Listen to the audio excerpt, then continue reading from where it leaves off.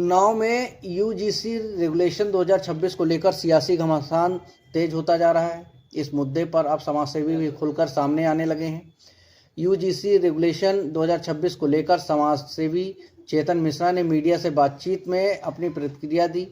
चेतन मिश्रा ने कहा कि यह रेगुलेशन शिक्षा व्यवस्था को मजबूत करने के उद्देश्य से लाया गया है, लेकिन इसके कुछ प्रावधानों को लेकर छात्रों और शिक्षण संस्थानों में भ्रम की स्थिति बनी हुई है।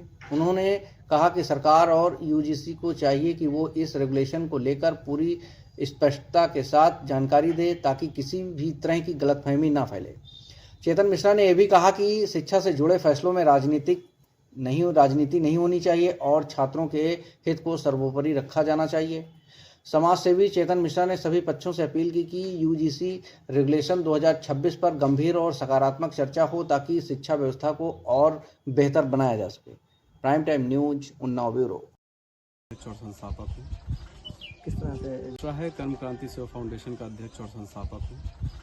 किस तरह से जो आपका जो हुआ है मुहिम है, क्या है इसका? यूजीसी के बारे में यूजीसी कानून देखिए, एक बहुत ही गलत कानून पारित किया गया है भारतीय जनता पार्टी सरकार द्वारा। मैं बस यही कहना चाहता हूं कि ऐसे कानूनों को पारित करने के पहले जनता की राय धरातल पर अवश्य ली जाए। क्योंकि क्या होता है कि जब पार्टी कहती है कि सबका साथ सबका विकास, पर कहीं ना कहीं वो एक समाज का हनन जरूर कर रही है, खिलाफ भी मुकदमा लिख जाएगा और उसको जेल भेज दिया जाएगा। मतलब ऐसे कानून का दुरुपयोग होना संभव है और किसी भी तरीके से इन कानूनों को धरातल पर बिना संशोधन के लागू नहीं किया जाना चाहिए।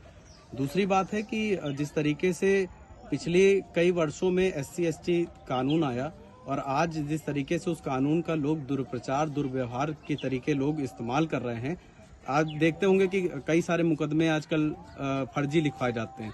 उन फर्जी मुकदमों के पीछे का कारण क्या होता है? केवल पैसा कमाना है, अपनी ज़रूरतों को पूरा करना है। तो मैं सरकार से बस आज एक ही निवेदन करना चाहूँगा इस आप मीडिया कर्मी बंधुओं के माध्यम से, कि वो पुनः इस कानून पे विचार करें और विचार करने के बाद संशोधन करके वो धरातल पर उतारें।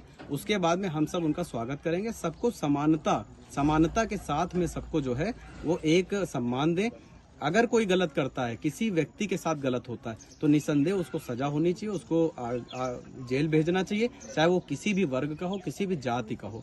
लेकिन यदि अगर इस कानून को लागू किया जाएगा बिना संशोधन के, बिना धरातल पे तैयारियों के, तो निसंदेह मैं कह सकता हूं कि इसका दुरुपयोग आने वाले समय में भरपूर रूप से होगा और पूरे विश्व से संपूर्ण तरीके से आवाज उठ रही है और भारतीय जनता पार्टी को इस पे विचार करना चाहिए और मेरे हिसाब से इस कानून को पुनः लागू करें, लेकिन संशोधन के साथ।